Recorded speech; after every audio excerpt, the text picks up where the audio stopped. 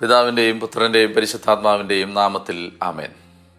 ഈശോയിൽ ഏറ്റവും സ്നേഹമുള്ളവരെ, എപ്പിഫനിയുടെ 22ാമത്തെ എപ്പിസോഡിലേക്ക് ഏറ്റവും സ്നേഹത്തോടെ നിങ്ങളെ ഞാൻ സ്വാഗതം ചെയ്യുന്നു. നമ്മൾ വളരെ അത്ഭുതകരമായൊരു യാത്രയിലാണ്. നമ്മൾ ഓരോ ദിവസം കഴിയും തോറും പുൽക്കൂട്ടിനോട് അടുത്തുകൊണ്ടിരിക്കുകയാണ്. കർത്താവിൻ്റെ പിറവി തിരുനാളിന് വേണ്ടി 2025 നമ്മൾ ഒത്തിരി പ്രാർത്ഥനയോടെ ഒരുങ്ങുകയാണ്.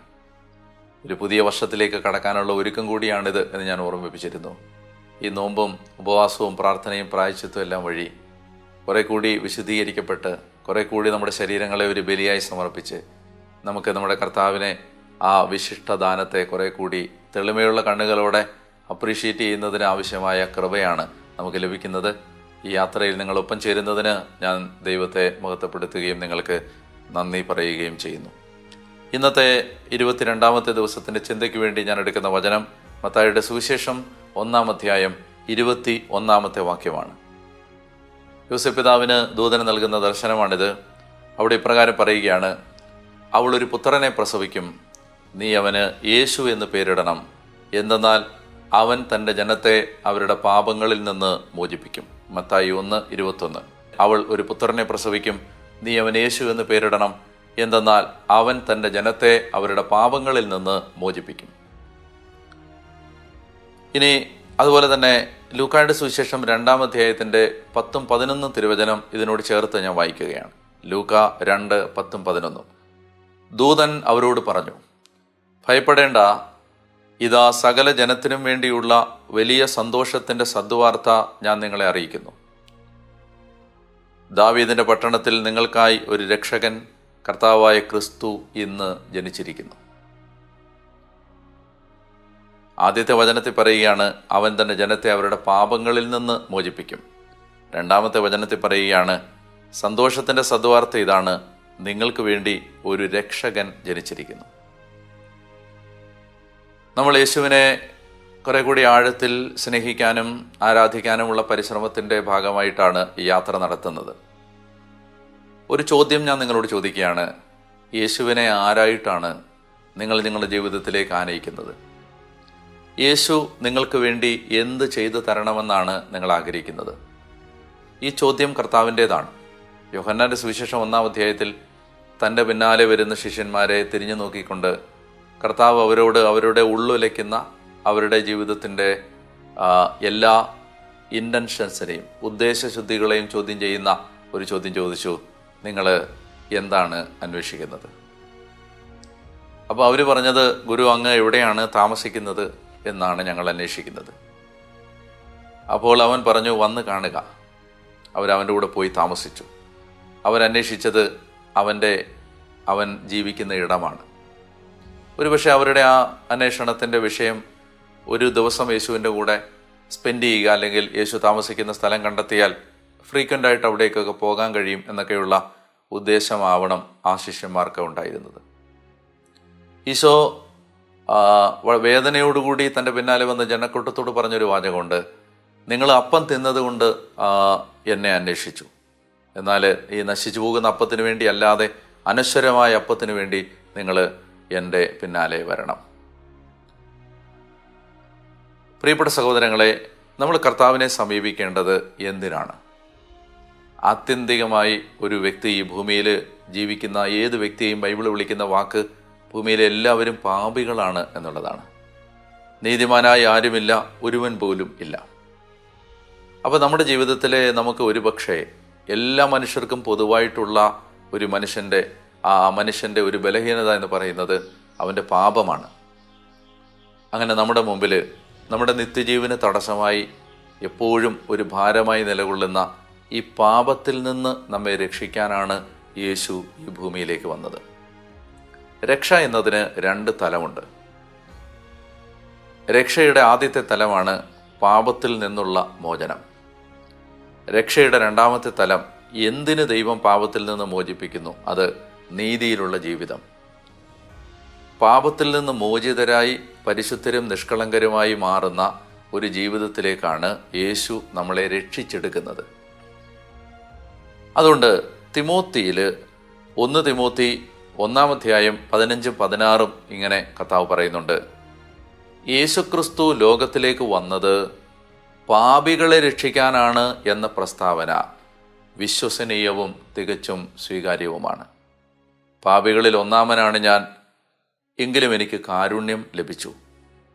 അത് നിത്യജീവൻ ലഭിക്കാൻ യേശുക്രിസ്തുവിൽ വിശ്വസിക്കാനിരിക്കുന്നവർക്കൊരു മാതൃകയാകത്തക്ക വിധം പാപികളിൽ ഒന്നാമനായ എന്നിൽ അവൻ്റെ പൂർണ്ണമായ ക്ഷമ പ്രകടമാകുന്നതിന് വേണ്ടിയാണ്.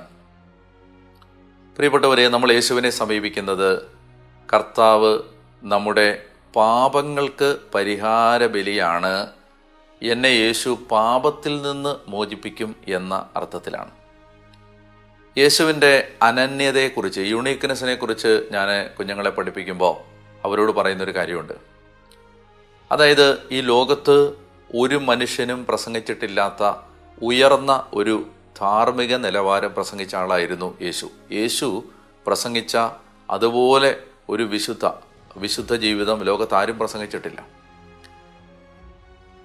അതായത് പ്രവൃത്തികളെ അല്ല, ഇൻറ്റൻഷൻസിനെ ശ്രദ്ധിക്കാനും, നിങ്ങൾ കൊല്ലരുതെന്ന് കേട്ടിട്ടുണ്ട് എന്ന് ഞാൻ നിങ്ങളോട് പറയുന്നു, കോപിക്കരുത്, കോപിക്കുന്നവൻ നരകാഗ്നിക്കരയായി തീരും, സഹോദരനെ ഭോഷായെന്ന് വിളിക്കുന്നവൻ ന്യായാധിപ സംഘത്തിന് മുമ്പിൽ നിൽക്കേണ്ടി വരും, ഇങ്ങനെയൊക്കെ പറഞ്ഞിട്ട് ലോകത്താരും പ്രസംഗിച്ചിട്ടില്ലാത്ത ഉയർന്ന ഒരു മൊറാലിറ്റി പ്രസംഗിച്ച ആളാണ് യേശു. ഇങ്ങനെ പ്രസംഗിക്കുക മാത്രമല്ല, രണ്ടാമത്തെ കാര്യം, ഈശോ താൻ എന്ത് പ്രസംഗിച്ചോ അതുപോലെ തൻ്റെ ജീവിതത്തെ കണ്ടക്ട് ചെയ്തു, അതുപോലെ ജീവിച്ചു. ഒരു കരണ തടിച്ചവന് മറുകരണ കാണിച്ചു കൊടുത്തു, മുഖത്ത് തുപ്പിയവനോട് ക്ഷമിച്ചു, കുരിശിൽ തറച്ചവരോട് ക്ഷമിച്ചു. ഒരു മലയിൽ വെച്ച് താൻ എന്തെല്ലാം പ്രസംഗിച്ചോ അതെല്ലാം മറ്റൊരു മലയിൽ വെച്ച് അവൻ ജീവിച്ച് കാണിച്ചു കൊടുത്തു. അപ്പം നിങ്ങളിങ്ങനെ ചിന്തിക്കുക, ലോകത്ത് ഏറ്റവും ഉയർന്ന ഒരു ജീവിത നിലവാരം പ്രസംഗിക്കുകയും അതിനനുസരിച്ച് ജീവിക്കുകയും ചെയ്ത കറ കളഞ്ഞ ഈ ഭൂമിയിൽ ആർക്കും അത്ഭുതത്തോടെ മാത്രം നോക്കി നിൽക്കാൻ കഴിയുന്ന അത്ര പരിശുദ്ധനായ ഒരു മനുഷ്യൻ ഒരു നാട്ടിൽ ജീവിച്ചാൽ പാപികളായ മനുഷ്യർ അവൻ്റെ കൂട്ടുകാരായി മാറുമോ? പാപികൾ അവനെ കണ്ടാൽ അടുക്കുമോ? സ്വാഭാവികമായിട്ടും നിങ്ങൾ നിഷ്പക്ഷമായിട്ടാണ് ചിന്തിക്കുന്നതെങ്കിൽ നിങ്ങൾക്ക് പറയാൻ കഴിയും, പാപികൾ അവൻ്റെ അടുത്തുനിന്ന് അകലം പാലിക്കാനാണ് സാധ്യത. കാരണം അവർ പറയും, ഞങ്ങൾക്ക് എത്തിപ്പെടാൻ പറ്റുന്ന ഒരു ദൂരം അല്ലിത്, അതുകൊണ്ട് ബെറ്റർ വി മൂവ് എവേ, ഞങ്ങൾ മാറുന്നതാണ് നല്ലത്. എന്നാൽ നിങ്ങൾ ബൈബിള് ശ്രദ്ധിച്ച് വായിച്ചിട്ടുണ്ടെങ്കിൽ ഒരു കാര്യം കാണാൻ പറ്റും. യേശു ഏത് ഗ്രാമത്തിൽ ചെന്നാലും ആദ്യം അവൻ്റെ പക്കൽ ഓടിക്കൂടിയത് അവിടുത്തെ മുഴുവൻ കൊള്ളരുതാത്ത മനുഷ്യരുമായിരുന്നു, പാപികളുമായിരുന്നു. അവൻ ഭക്ഷണം കഴിച്ചത് പാപികളുടെ കൂടെയാണ്, അവൻ അന്തി ഉറങ്ങിയത് പാപികളുടെ വീട്ടിലാണ്, അവൻ്റെ കൂട്ടുകാരും ചുങ്കക്കാരും വേശ്യകളുമായിരുന്നു. ഞാനതുകൊണ്ട് ചെറുപ്പക്കാരോട് ഇങ്ങനെ പറയാറുണ്ട്, നിങ്ങൾ ചിന്തിച്ചിട്ടുണ്ടോ എപ്പോഴെങ്കിലും ഇത്ര ഉയർന്ന ഒരു ജീവിത നിലവാരം പ്രസംഗിക്കുകയും ആ ഉയർന്ന ജീവിത നിലവാരത്തിൽ 100% വിശ്വസ്തയോടെ ജീവിക്കുകയും ചെയ്ത ഈ ക്രിസ്തു എന്ന ഈ 33-കാരൻ്റെ അല്ലെങ്കിൽ 30-കാരൻ്റെ കൂട്ടുകാരായി ഈ പാപികൾ നടന്നത് എന്തുകൊണ്ടാണ്? സംഹൗ യേശുവിൻ്റെ കൂടെ നടന്നപ്പോൾ എങ്ങനെയോ അവർക്ക് ഒരു കാഴ്ചപ്പാട് കിട്ടി, ഞങ്ങൾ ഇവൻ്റെ കൂടെ നടന്നാൽ ഞങ്ങളെ ഇവൻ പാപത്തിൽ നിന്ന് രക്ഷിച്ച് ഇവനെ പോലെ ആക്കും. ഞങ്ങൾ ഇവൻ്റെ കൂടെ നടന്നാൽ ഇന്ന് ഞങ്ങളുടെ നിലവാരം വളരെ താണതാണെങ്കിലും നാളെ ഞങ്ങൾ അവൻ്റെ നിലവാരത്തിലേക്ക് എത്തും, അങ്ങനെ എത്തിക്കാൻ ഇവന് കഴിയും. പ്രിയപ്പെട്ടവരെ, നമ്മൾ യേശുവിനെ സമീപിക്കേണ്ടത് നമ്മൾ യേശുവിനെ പോലെ ആകാൻ ക്രിസ്തു നമ്മളെ സഹായിക്കണം എന്ന ആഗ്രഹത്തോടു കൂടിയാണ്. ഇതിനെയാണ് ബൈബിളിൽ രക്ഷ എന്ന് വിളിക്കുന്നത്. രക്ഷയുടെ പൂർത്തീകരണം യേശുവിനെ പോലെ ആകുക എന്നതാണ്. പുൽക്കൂട്ടിലെ ഉണ്ണീശോയെ കണ്ടിട്ട് തിരികെ മടങ്ങാനല്ല നമ്മൾ ക്രിസ്മസ് ആഘോഷിക്കുന്നത്. ഒരു പടി കൂടി യേശുവിനെ പോലെ ആവാൻ എന്നെ സഹായിക്കണമേ എന്ന് പ്രാർത്ഥിക്കാനാണ്.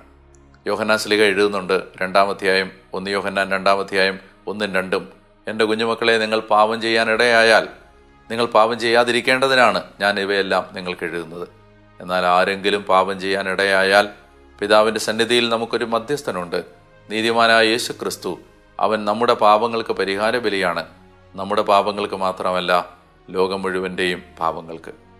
അതുകൊണ്ട് നമ്മളെ പാപത്തിൽ നിന്ന് രക്ഷിക്കണമേ എന്ന് കർത്താവിനോട് നമ്മൾ പ്രാർത്ഥിക്കണം. ഞാൻ 1-2 വചനങ്ങൾ നിങ്ങളുടെ ശ്രദ്ധയിലേക്ക് കൊണ്ടുവരികയാണ്. മത്തായിയുടെ സുവിശേഷം 6-ാം അധ്യായം 13-ാമത്തെ വാക്യം. സ്വർഗസ്ഥനായ പിതാവ് എന്ന പ്രാർത്ഥന പഠിപ്പിക്കുമ്പോൾ ഈശോ പറഞ്ഞു, ഞങ്ങളെ പ്രലോഭനത്തിൽ ഉൾപ്പെടുത്തരുതേ, തിന്മയിൽ നിന്ന് ഞങ്ങളെ രക്ഷിക്കണമേ. യേശുവിൻ്റെ അടുത്തേക്ക് ചെന്ന് നമുക്ക് ചോദിക്കാനുള്ള ആദ്യത്തെ ചോദ്യം, ആദ്യത്തെ അപേക്ഷ ഇതാണ്: കർത്താവേ, തിന്മയിൽ നിന്ന് ഞങ്ങളെ രക്ഷിക്കണമേ. മത്തായിയുടെ സുവിശേഷം 8-ാം അധ്യായം 25-ാമത്തെ തിരുവചനം: ശിഷ്യന്മാർ അടുത്ത് ചെന്ന് അവനെ ഉണർത്തി അവനോട് അപേക്ഷിച്ചു, കർത്താവെ രക്ഷിക്കണമേ, ഞങ്ങളിതാ നശിക്കാൻ പോകുന്നു. ഈ വെള്ളത്തിൽ മുങ്ങി നശിക്കാൻ പോവുക എന്നത് മാത്രമല്ല, കർത്താവേ, ഞങ്ങളുടെ ആത്മാവ് അല്ലെങ്കിൽ നശിച്ചു പോകും, ഞങ്ങളെ നീ രക്ഷിക്കണമേ. മത്തായിയുടെ സുവിശേഷം 14-ാം അധ്യായം 30-ാമത്തെ തിരുവചനം: എന്നാൽ കാറ്റ് ആഞ്ഞടിക്കുന്നത് കണ്ട് അവൻ ഭയന്നു, ജലത്തിൽ മുങ്ങിത്താഴാൻ തുടങ്ങിയപ്പോൾ അവൻ നിലവിളിച്ച് പറഞ്ഞു, കർത്താവെ രക്ഷിക്കണമേ. അപ്പോൾ ഇന്നത്തെ പ്രാർത്ഥന ഇതാണ്. പ്രാർത്ഥിക്കേണ്ട ഒറ്റ പ്രാർത്ഥന: കർത്താവെ, പാപത്തിൽ നിന്ന് എന്നെ രക്ഷിച്ച് നിന്റെ നീതിയിലേക്ക് എന്നെ നയിക്കണമേ, എന്നെ നിന്നെപ്പോലെ ആക്കണമേ. അപ്പോൾ അങ്ങനെയാണെങ്കിൽ ഇന്നത്തെ ടാസ്ക് ഇതാണ്. നമ്മൾ ഈ യാത്ര തുടങ്ങിയപ്പോൾ ആദ്യത്തെ ദിനങ്ങളിൽ ഒരു നല്ല കുമ്പസാരം നടത്താൻ ഞാൻ പറഞ്ഞിരുന്നു. ഇനിയിപ്പോൾ കൃത്യമായിട്ട് പറഞ്ഞാൽ ഒരു 2 ദിവസം കൂടെ കഴിഞ്ഞാൽ ക്രിസ്മസ് ആയി. അതുകൊണ്ട് ഞാൻ നിങ്ങളോട് പറയുകയാണ്, സാധിക്കുമെങ്കിൽ ഇന്ന് ഒരിക്കൽ കൂടി ഒന്ന് കർത്താവിൻ്റെ സന്നിധിയിൽ നമ്മുടെ പാപങ്ങളെല്ലാം ഏറ്റു പറഞ്ഞിട്ട് ക്രിസ്മസ് നമ്മൾ ആഘോഷിച്ച് കഴിയുമ്പോൾ, കർത്താവെ, ഈ പാപത്തിൽ നിന്നല്ല ഒത്തിരി മോചനം പ്രാപിച്ച് കുറേ കൂടി നിന്നെപ്പോലെ ആവാൻ ഞങ്ങളെ സഹായിക്കണമേ എന്ന ആഗ്രഹത്തോടെ, കുറച്ചുകൂടി ആഴത്തോടെ, അനുതാപത്തോടെ ഒരു നല്ല കുമ്പസാരം നടത്തുക എന്നുള്ളതാണ് ഇന്നത്തെ ടാസ്ക്. നിങ്ങൾക്ക് വേണ്ടി ഞാൻ പ്രാർത്ഥിക്കുന്നു. നല്ല കർത്താവേ, അങ്ങയുടെ കാരുണ്യം ഓർത്ത് ഞാൻ അങ്ങേ മഹത്വപ്പെടുത്തുന്നു. ഈ ശുശ്രൂഷയിൽ ഇപ്പോൾ സംബന്ധിച്ചുകൊണ്ടിരിക്കുന്നവരും ദൈവമേ ഇതിനോട് ചേർന്ന് യാത്ര ചെയ്യുന്നവരുമായ അങ്ങയുടെ മക്കളെ എല്ലാവരെയും അങ്ങ് അനുഗ്രഹിക്കണമേ. ഇവരുടെ ഭാരങ്ങളും രോഗങ്ങളും വേദനകളും കർത്താവെ നിനക്ക് ഞാൻ സമർപ്പിക്കുന്നു. ഈ ശുശ്രൂഷയിൽ പങ്കെടുക്കുന്നതിലൂടെ ഇവർ അനേകം മടങ്ങ് അനുഗ്രഹിക്കപ്പെടാൻ ഇടയാകണമേ എന്ന് പ്രാർത്ഥിക്കുന്നു. കർത്താവായ യേശുവിൻ്റെ നാമത്തിൽ ആമേൻ. സർവശക്തൻ നിങ്ങളെ അനുഗ്രഹിക്കട്ടെ. പിതാവിൻ്റെയും പുത്രൻ്റെയും പരിശുദ്ധാത്മാവിൻ്റെയും നാമത്തിൽ ആമേൻ. പ്രിയപ്പെട്ടവരെ, നാളെ 23-ാമത്തെ ദിവസം നിങ്ങളെ കാണാൻ ഞാൻ ഒത്തിരി ആഗ്രഹത്തോടെ പ്രാർത്ഥനയോടെ കാത്തിരിക്കുന്നു. വീണ്ടും കാണുന്നത് വരെ കർത്താവ് നിങ്ങളെ ആരോഗ്യത്തിലും അനുഗ്രഹത്തിലും കാത്തു സൂക്ഷിക്കട്ടെ. ആമേൻ.